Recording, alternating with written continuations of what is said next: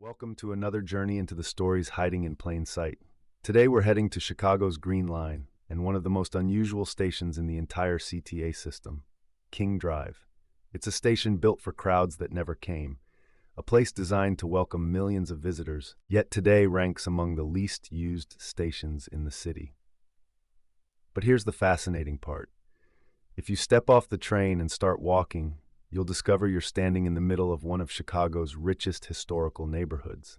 Within just a few blocks are nationally significant landmarks, remarkable works of public art, the DuSable Black History Museum, legendary music history, and stories that helped shape both Chicago and America. So why does a station surrounded by so much history receive so little attention? That's the mystery we'll explore today as we separate myth from fact, follow the historical record, and discover why one of Chicago's quietest train stations may actually be one of its most rewarding destinations. I'm Chestnut. Let's step off the train and start exploring. Imagine an L train station that was built to handle 27 million people. Like a station designed from the ground up to be this massive global gateway. Right, a place where the entire world arrives. Exactly. Yeah. Now, I want you to imagine that exact same station today. It is practically a ghost town. And the wildest part is the platform is physically engineered so you can only leave. You cannot arrive. Which is just, it's such a strange concept for a public transit stop. It really is. So today we are taking you to the King Drive station on Chicago's South Side. We have a seriously fascinating stack of sources in front of us today. We're looking at Regional Transportation Authority, ridership data, historical landmarks registries, these really great neighborhood walking guides from Ventra, and even local restaurant menus. Yeah, the menus are actually a really crucial piece of the puzzle. They really are.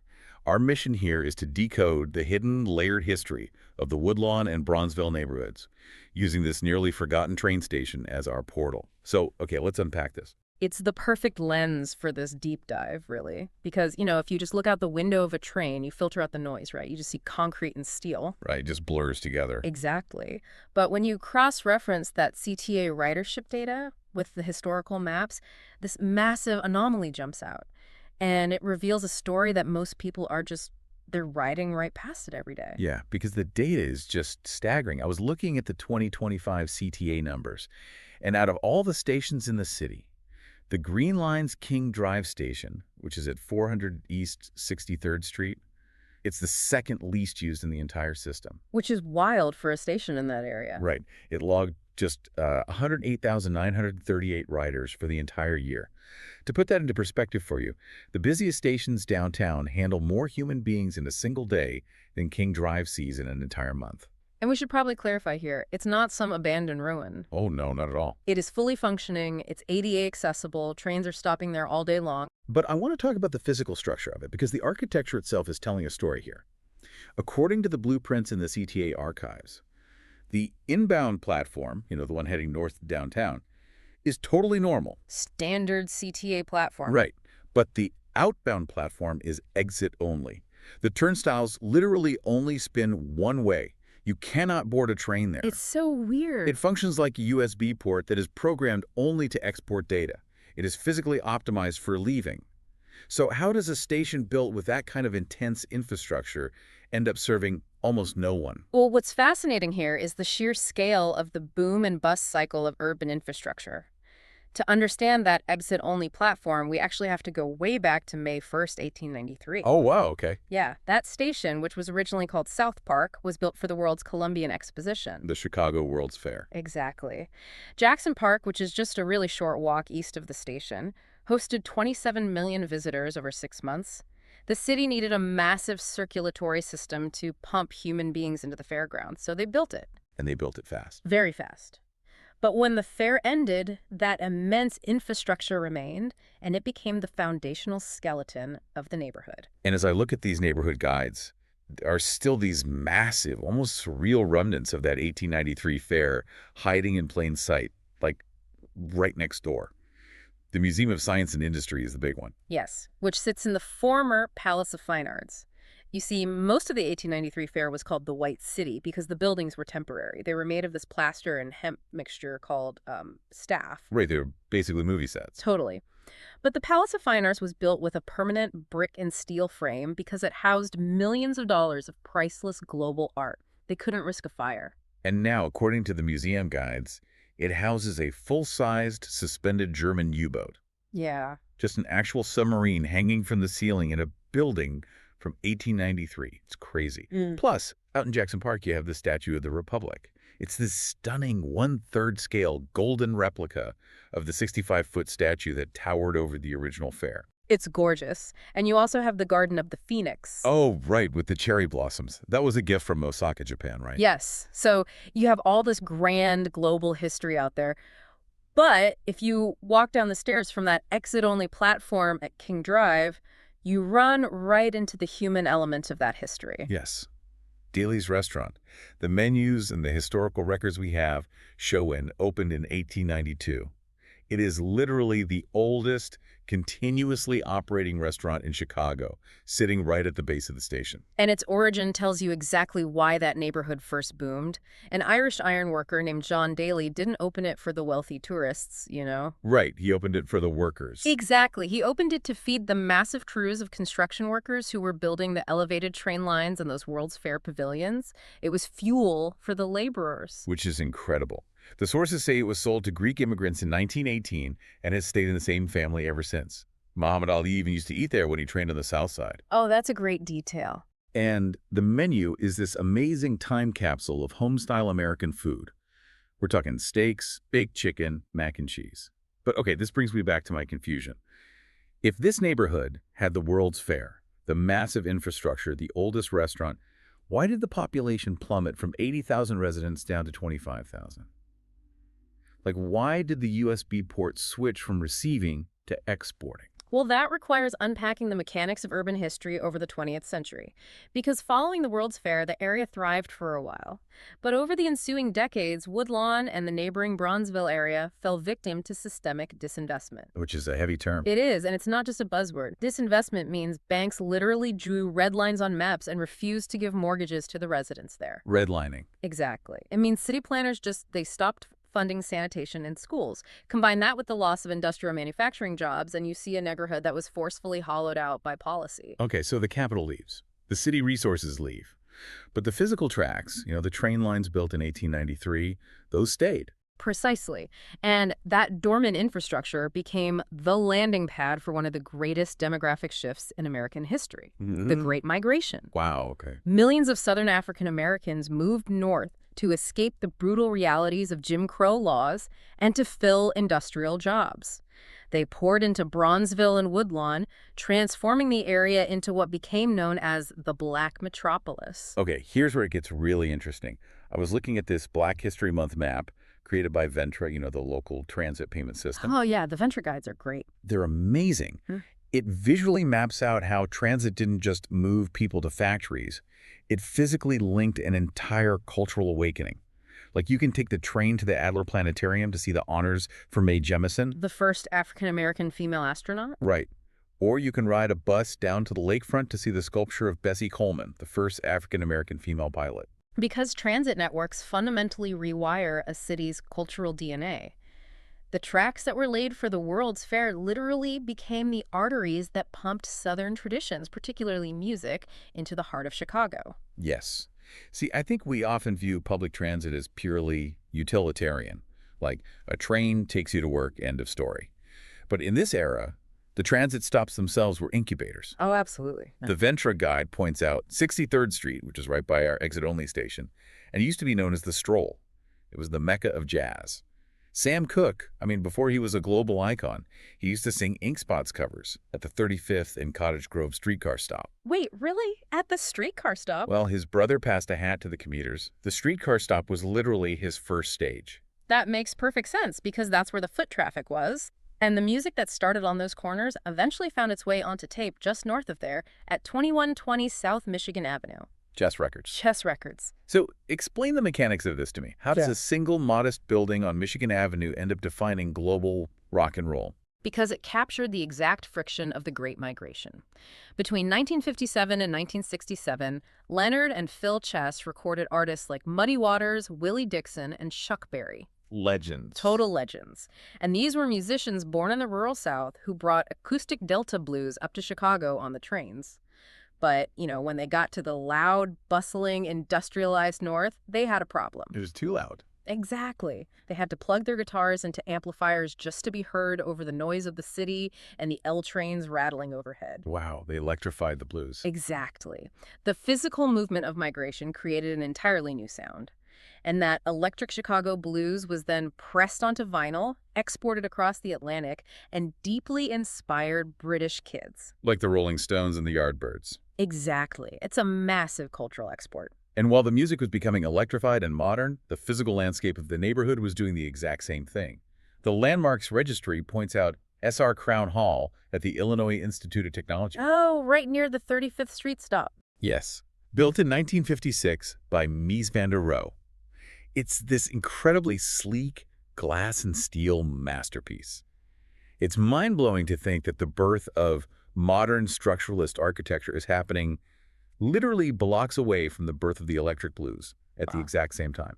It really is the ultimate convergence of modernism. Yeah. But, not all history in this neighborhood is captured in ephemeral things like music or even sleek modern architecture. Much of it is carved deeply into permanent bronze and stone. Right. Let's talk about the monuments, because the walking guides highlight an incredible contrast.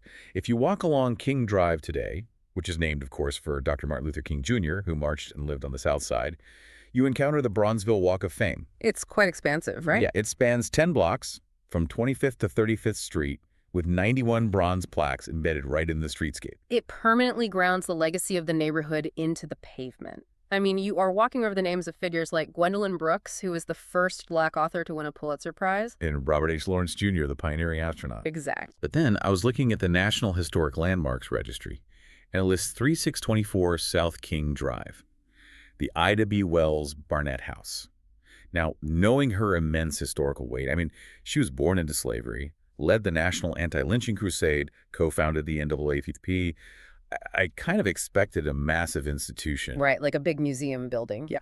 But the registry just lists a Romanesque revival stone house built in 1889. She lived and worked out of a residential house from 1919 to 1930. Why was she operating out of a private home? Because in the early 20th century, Black Americans were largely barred from traditional downtown office spaces and institutional halls of power. Ah, I see. Yeah, the Bronzeville community basically had to build its political and social infrastructure within its own residential borders. The home wasn't just a place to sleep, it was the headquarters for a national civil rights movement. Which brings us to a massive point of tension in these sources. At 35th and King, right in the heart of this district, you have the Victory Monument. Built in 1927, it features these beautiful bronze panels and a doughboy soldier that was added in 1936. It honors the 8th Regiment of the Illinois National Guard. Right, an all-African-American unit that fought incredibly valiantly in France during World War I. Also known as the Fighting 8th, or the 370th U.S. Infantry. They were famously the last regiment pursuing retreating German forces right before the armistice in 1918. It is a really profound monument to Black patriotism. But then, and here's where the friction is, you walk just a few blocks east toward the lake, and you hit the Stephen A. Douglas tomb. Ah, yes. It's a staggering 96-foot granite column topped with a statue of Douglas. The little giant who famously debated Abraham Lincoln. He held deeply controversial stances on slavery and states' rights prior to the Civil War. I have to push back here. How does a neighborhood tolerate a massive, towering state memorial to a figure like Douglas? Especially built on that specific land. Yeah. Exactly, land that was literally a Confederate POW camp sitting right next to monuments honoring their own civil rights heroes. Does that not cause massive friction? It creates a tremendous, almost uncomfortable historical friction. And as objective observers of these sources, what we are seeing is a deep study in how public memory is preserved and funded. Okay, unpack that. Well, the Douglas Monument was a massive state-funded endeavor erected in a totally different era. The land it sits on, Camp Douglas, was originally a Union training ground that became a brutal POW camp where many Confederate soldiers died. Decades later, the Victory Monument was erected through fierce community advocacy. So it's state funding versus community funding. Exactly. The geography forces these incredibly divergent American narratives. Douglas, the POWs, Ida B. Wells, the soldiers of the 8th Regiment, into this permanent stone conversation. It forces anyone walking down the street to process the complexities of American history impartially. They can't overwrite the towering state monument, so they asserted their own presence right down the street.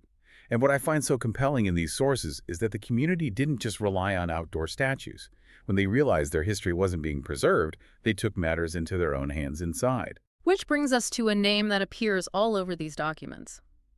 Margaret Taylor Burroughs. A profoundly central figure. Oh, absolutely. She recognized that mainstream academic establishments like the Field Museum or the Art Institute downtown were largely ignoring the vast contributions of African Americans. So what does this all mean? When I look at Margaret Taylor Burroughs, I see an open-source pioneer.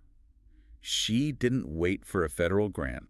She didn't petition a downtown board of directors. No, she just did it. Right. In 1961, she and her husband Charles just opened the Ebony Museum of Negro History and Art on the ground floor of their own home on South Michigan Avenue. And if we connect this to the bigger picture, it mirrors exactly what Ida B. Wells did. When traditional, heavily funded institutions overlook a community, the community builds its own. In their own living rooms. Exactly. And that living room museum eventually moved to Washington Park and became the Deuceable Museum, named after Chicago's first non-native settler. And it holds staggering artifacts. They didn't just collect art. They preserved the physical touchstones of their heroes. They have the actual desk where Ida B. Wells wrote her investigative reports. Wow. Yeah, and they have the violin played by the legendary poet Paul Laurence Dunbar. And we have to mention what Taylor Burroughs did 2 decades earlier, in 1940. She helped launch the Southside Community Arts Center. The sources show they secured this old 1893 Georgian Revival mansion, the Comiskey Mansion. And again, the mechanics of how they got it are amazing. The community literally collected dimes on street corners to raise the funds. Dimes on street corners. That's incredible. And then they secured backing from the WPA, the Federal Works Progress Administration. Which is a beautiful architectural metaphor, really. They took a massive, opulent exterior from the 1893 era, and the interior was completely remodeled by new Bauhaus designers. Wait, unpack new Bauhaus for me in this context. What does that mean? Right. So the Bauhaus was a pioneering European design movement focused on clean, modern, functional lines. So you have this ornate, historical exterior masking a radically modern, forward-thinking interior. That's brilliant. And Eleanor Roosevelt herself dedicated it in 1941 on a nationwide CBS radio broadcast. Inside those modern walls, absolute legends were incubated. Photographers like Gordon Parks and painters like Charles White developed their craft there. They built an institution to make sure the culture wasn't just exported out of the neighborhood, like our USB port analogy, but retained and celebrated locally. Yes, exactly. And exploring all this history requires serious energy. If you're walking these streets today, the Ventra guides highlight that you are surrounded by a culinary goldmine. And this isn't just a list of restaurants. It is the Great Migration on a plate. Perfectly said. The restaurants serve as modern-day community anchors. They maintain the culinary traditions brought up from the South. Just steps from the King Drive station, you have Peach's Restaurant, which is famous for salmon croquettes and cheese grits. You have Cleo's Southern Cuisine, which was actually opened by a former sports journalist, fun fact. Oh, and I didn't know that. Yeah. They serve Creole crab, macaroni, and cheese. There is Pearl's Place, offering home-style Southern soul food, but with fine dining service. Truth Italian for breakfast. And Yassa's African Restaurant, bringing Senegalese cuisine to King Drive, and they're renowned for their Yassa fish. I'm getting hungry just listening to this. And, you know, this living, breathing history extends beyond the South Side, too. Oh, for sure. The transit maps also guide you to the West Side, off the Pink Line, to the MLK Legacy Apartments in North Lawndale. That's the exact site where Dr. King lived during his Chicago Freedom Movement campaigns. And just down the street from those apartments is Delcar Pharmacy. It's this vintage neighborhood spot where Dr. King used to buy his morning newspaper, and it's still owned by the son of the original owner. That's amazing. The history isn't behind glass. You can literally walk in and buy a pack of gum where Dr. King bought the paper. Which brings us full circle, because Yeah. we started by talking about the massive infrastructure of the 1893 World's Fair in Jackson Park. Right. Today, that exact same geography in Woodlawn is undergoing its most massive transformation in over a century. Yes, the Obama Presidential Center. According to the development plans, it opened on Juneteenth, June 19th, 2026. It is a staggering architectural and cultural undertaking. It's an $800 million, 19.3-acre campus built right in Jackson Park. And it's not just a traditional museum with glass display cases. Oh, it's a whole complex. It is a public library branch. Mhm. It features home court, which is a full NBA regulation basketball facility, nodding to the former president's well-known love of the game. But the centerpiece is this 226-foot tower. And the stone facade itself is intricately engraved with words from Barack Obama's 2015 speech marking the 50th anniversary of the Selma to Montgomery marches. The text begins with the phrase, "You are America." And visitors can ascend to the top level, the Sky Room, and literally look out over the South Side through those carved words. See, this raises an important question. What happens when you drop an $800 million gravity well into a neighborhood that has historically been hollowed out by disinvestment? The ambition, the scale of the architecture, the projected 750,000 visitors a year. Does this feel to you like a 21st century version of the 1893 World's Fair? In terms of scale, absolutely. But its geographical placement is deeply intentional. It is explicitly intertwined with Woodlawn's incredibly complex historical narrative. Yeah, you have a president who began his political career as a community organizer on the South Side, placing his permanent monument on the exact soil that hosted the World's Fair. Soil that absorbed the Great Migration and that survived decades of both brilliant grassroots activism and systemic neglect. It is the ultimate full circle. What started for us today is an investigation into an invisible, underused transit stop, the King Drive station, with its mere 108,000 riders and its bizarre exit-only platform, has unspooled into a sprawling map of American resilience. It really has. From the plaster palaces of the 1893 fair, to the pulsing street corners where the blues were electrified, to Ida B. Wells' living room, all the way to a modern presidential center. It proves that history isn't just trapped in textbooks or behind velvet ropes. It is hiding at the train stops we ride past every single day. It is. And as we look at this newest chapter, I want to leave you with a final thought to mull over. Our deep dive into the sources revealed one last, really crucial piece of legislation. Oh, the 2020 ordinance. Yes. In 2020, in direct anticipation of the Obama Presidential Center and those 750,000 annual visitors, the city of Chicago passed the Woodlawn Housing Preservation Ordinance. Right. This law requires developers building on city-owned lots to include affordable housing. It is a targeted legal effort to prevent the current residents from being displaced as property values inevitably rise. So it's an attempt to break the historical cycle. As this neighborhood experiences an $800 million renaissance, the lingering question is, can Woodlawn step into the future and welcome the entire world again without displacing the very people who preserved its soul for the last century? Will the King Drive station finally be re-engineered for arriving instead of just leaving? Well, that's our stop for today. King Drive Station may not be one of Chicago's busiest transit stops, but hopefully you've seen that ridership numbers don't always tell the whole story. Sometimes the most rewarding places are the ones that most people simply pass by. If this episode inspired you to explore a new corner of Chicago or to look at a familiar place with fresh eyes, then we've accomplished exactly what we set out to do. In future episodes, we'll continue our journey through Chicago's neighborhoods, uncovering remarkable history, hidden landmarks, and the stories waiting just beyond the train platform. If you enjoyed today's episode, please consider subscribing and sharing it with someone who loves history, architecture, public transit, or simply discovering places that deserve a little more attention. Until next time, I'm Chestnut. Thanks for traveling with me, and I'll see you at the next station.